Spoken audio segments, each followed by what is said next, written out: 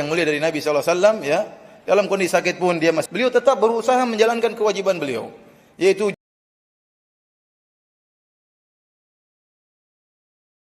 awal beliau sakit di akhir bulan Safar tahun 11 Hijriah. Rasulullah SAW menghadiri penguburan jenazah seorang sahabat di Baqi'.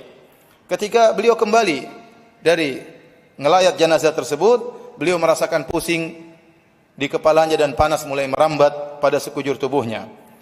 Sampai-sampai para sahabat merasakan betapa panas tubuh Nabi sallallahu alaihi wasallam. Aisyah berkata, "Raja'a ilayya an-nabiy sallallahu alaihi wasallam dzata yaumin min janazatin min al-Baqi'." Suatu hari Rasulullah sallam setelah menghadiri pemakaman jenazah di Baqi', Rasulullah sallam balik pulang ke rumah Aisyah. "Wa ana ajidu sudaan." Dan aku sedang pusing kepala, kata Aisyah. Aisyah lagi sakit. "Wa ana aqul wa ra'sa." Waktu ketemu dengan Nabi, Aisyah mengatakan, "Ya Rasulullah, sakit kepalaku." Wa ra'sa.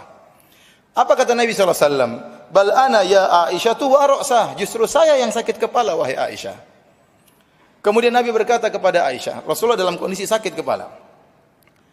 Tapi dia adalah seorang suami yang sangat mulia. Dalam kondisi sakit tetap bercanda dengan istrinya. Dalam kondisi sakit tetap senyum kepada istrinya. Ya. Beliau berkata, "Wa ma darraki law mutti qabli faghassaltuki wa kafantuki wa sallaitu alayki wa dafantuki." Wahai Aisyah, apa masalahnya kalau kau meninggal sebelum aku? Kalau kau meninggal, aku tinggal memandikan engkau, aku kafankan engkau, aku salatkan engkau, aku kuburkan engkau. Fakultu, kata Aisyah, mengomentari perkataan Nabi. Nabi bercanda. Kemudian Aisyah berkata, "La ka'anni bika wallahi law fa'alta dhalik la raja'ta ila baiti fa arasta fihi bi ba'dhi nisa'ika."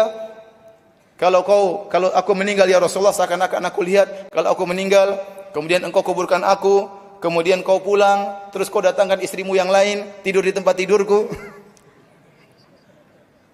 Qalat fatabassama Rasulullah sallallahu alaihi wasallam. Kemudian Rasulullah sallallahu tersenyum kepada Aisyah. Thumma budi'a fi waj'i alladhi mata fihi. Itulah awal beliau sakit yang tiada berhenti sampai akhirnya beliau meninggal dunia. Lihatlah bagaimana akhlak yang mulia dari Nabi sallallahu alaihi wasallam, ya. Dalam kondisi sakit pun dia masih bercanda dengan istrinya, masih tersenyum dengan istrinya. Tidak sebagian kita kalau sudah sakit marah-marah melulu. Istri dimarah, anak dimarah, ya, murid dimarah, ustaz juga dimarah. Lihat Nabi SAW dengan penuh kesabaran tetap tersenyum kepada istrinya padahal beliau dalam kondisi sakit. Nabi sholat bersama para sahabat dalam keadaan sakit selama 11 hari. Dan beliau sakit sebelum meninggal selama 13 hari menurut pendapat mayoritas ulama. Meskipun sakit, ya, 11 hari Nabi tetap mengimami para sahabat. Sehingga tatkala sakit beliau sudah sangat parah, beliau tidak bisa lagi mengimami para sahabat, baru diimami oleh Abu Bakar radhiyallahu taala anhu. Bagaimana minggu terakhir sebelum wafatnya Nabi sallallahu alaihi wasallam? Rasulullah SAW wafat hari Senin tanggal 12 Rabiul Awal tahun 11 Hijriah. Penyakit Rasulullah SAW semakin berat dan beliau ingin menetap dirawat di rumah salah satu istri beliau saja, yaitu Aisyah radhiyallahu taala anha. Karena meskipun beliau sakit, beliau tetap berusaha menjalankan kewajiban beliau, yaitu jatah giliran nginap tetap beliau kerjakan. Malam ini nginap di rumah istri yang mana, malam berikut di rumah istri yang mana. Tapi itu berat bagi Nabi. Ya, karena harus berpindah-pindah dari rumah satu ke rumah yang lain. Maka Nabi, ya, ingin dirawat satu rumah saja, dan dia ingin dirawat di rumah Aisyah radhiyallahu taala anha. Oleh karenanya, tatkala beliau sakit, beliau berkata, "Aina ana godan? Aina ana godan?" Besok saya di rumah siapa? Besok saya di rumah siapa? Yuridu yauma Aisyah. Beliau ingin, ya, agar segera bertemu dengan jatah nginap di rumah Aisyah radhiyallahu taala anha. Sampai akhirnya Nabi minta izin kepada istri-istrinya yang lain, akhirnya mereka semua mengizinkan agar Nabi dirawat di rumah siapa? Aisyah. Istri-istri Nabi juga pengertian.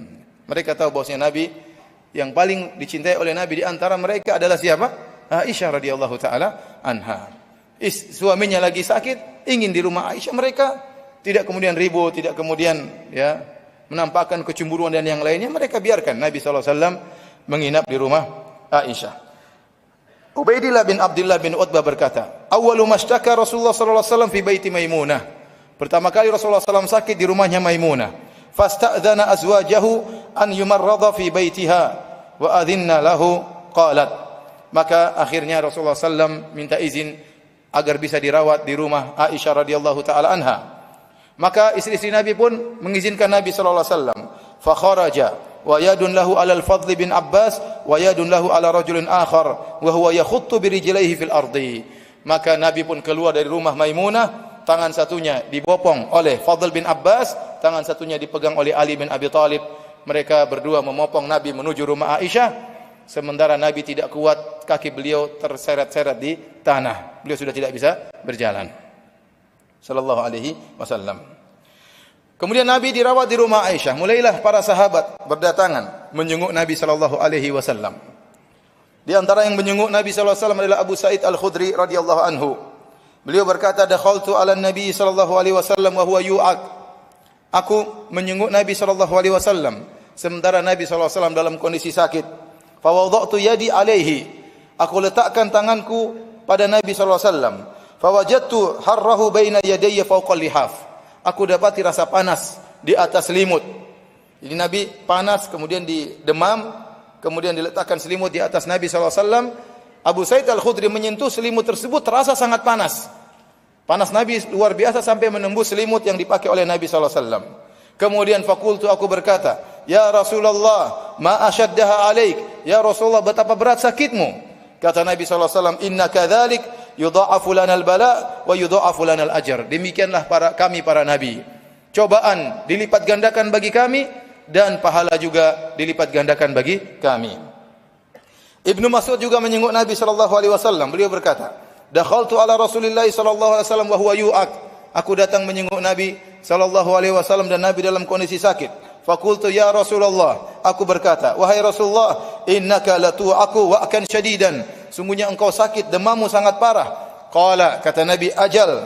Memang benar. Inni u'aku kama yu'aku rajulani minkum. Demamku 2 kali lipat seperti demam kalian 2 kali lipat. Qultu dzalika anna laka ajrain. Apakah sakitmu parah 2 kali lipat, double karena engkau mendapatkan 2 pahala? Qala ajal, iya, dzalika kadzalik, demikianlah. Ma min muslimin yusibuhu adan syaukatun fama fawqaha illa kafarallahu biha sayyiatihi kama tahuttu syajaratu waraqaha. Kemudian kata Nabi, tidaklah seorang muslim ditimpa dengan suatu gangguan, apakah duri atau yang lebih daripada itu, kecuali Allah akan menggugurkan dosa-dosanya sebagaimana pohon menggugurkan daun-daunnya. Tatkala Nabi SAW sakit, biasanya Nabi meruqyah dirinya sendiri. Namun Nabi tidak kuat lagi untuk meruqyah dirinya sendiri. Maka diruqyah oleh Aisyah radhiyallahu taala anha. Kata Aisyah radhiyallahu anha, "Anna Rasulullah sallallahu alaihi wasallam kana idza syaka yaqra'u ala nafsihi bil mu'awwidzat wa yanfus." Adalah kebiasaan Nabi sallallahu alaihi wasallam, kalau beliau sakit, beliau meruqyah diri beliau sendiri dengan membaca mu'awwidzat, qul a'udzu birabbil falaq, qul a'udzu birabbin nas, kemudian beliau meniupkan pada tubuh beliau. Falamma ishtadda waj'uhu, tatkala penyakitnya sangat parah, kuntu aqra'u alaihi, aku yang baca, wa amsahu biyadihi raja'a barakatiha, tapi aku mengusapkan tangan Nabi di tubuh Nabi sallallahu alaihi wasallam, aku berharap keberkahan tangan Nabi sallallahu alaihi wasallam. Ini kondisi Nabi sangat parah sampai membaca Quran sendiri pun sangat sulit.